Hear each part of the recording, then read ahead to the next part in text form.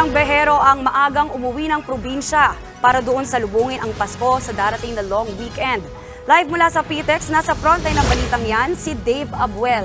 Dave, gaano karaming pasahero ang inaasahan dyan sa terminal? Maui, higit 2.5 milyong pasahero ang inaasahang magtutungo dito sa Parañaque Integrated Terminal Exchange o PTEX ngayong holiday season. Kaya ang ilang mga pasahero ngayon pa lang pinili ng bumiyahe para makaiwas sa dagsa ng mga tao.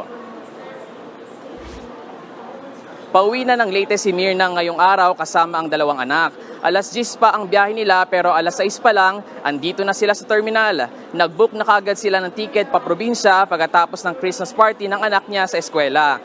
Malalaki ang dala nilang bagahe dahil bitbit nila ang mga pasalubong na damit para sa mga kaanak. Sa Leyte na rin sila magbabagong taon at sa 4 na ng Enero babalik dito. Biyaheng Butuan naman ang kasambahay na si Adela kung saan nag-aantay ang kanyang asawa at 6 na anak.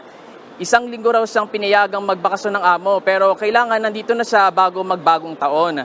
Ngayong nag-uulan, dasal niyang sana maging maayos ang kanyang biyahe pa uwi. Sa tala ng pamunuan ng PITX as of 8 a.m., halos 25,000 na ang pasaherong nagpunta sa terminal. Normal naman daw ang bilang na yan tuwing Lunes. Maui, sa ngayon, wala pa namang napaulat na cancel trip. Asahan daw yung pagdagsa pa lalo ng mga tao habang papalapit ang weekend. Maui. Maraming salamat sa update, Dave Abuel.